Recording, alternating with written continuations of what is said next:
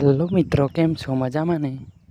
મારી ચેનલ પર નવા હોય તો સબસ્ક્રાઈબ કરી લેજો અને બાજુમાં આપેલા બેલ આઇકોનને ટચ કરી દેજો, તેથી સૌથી પહેલાં નોટિફિકેશન તમને મળે.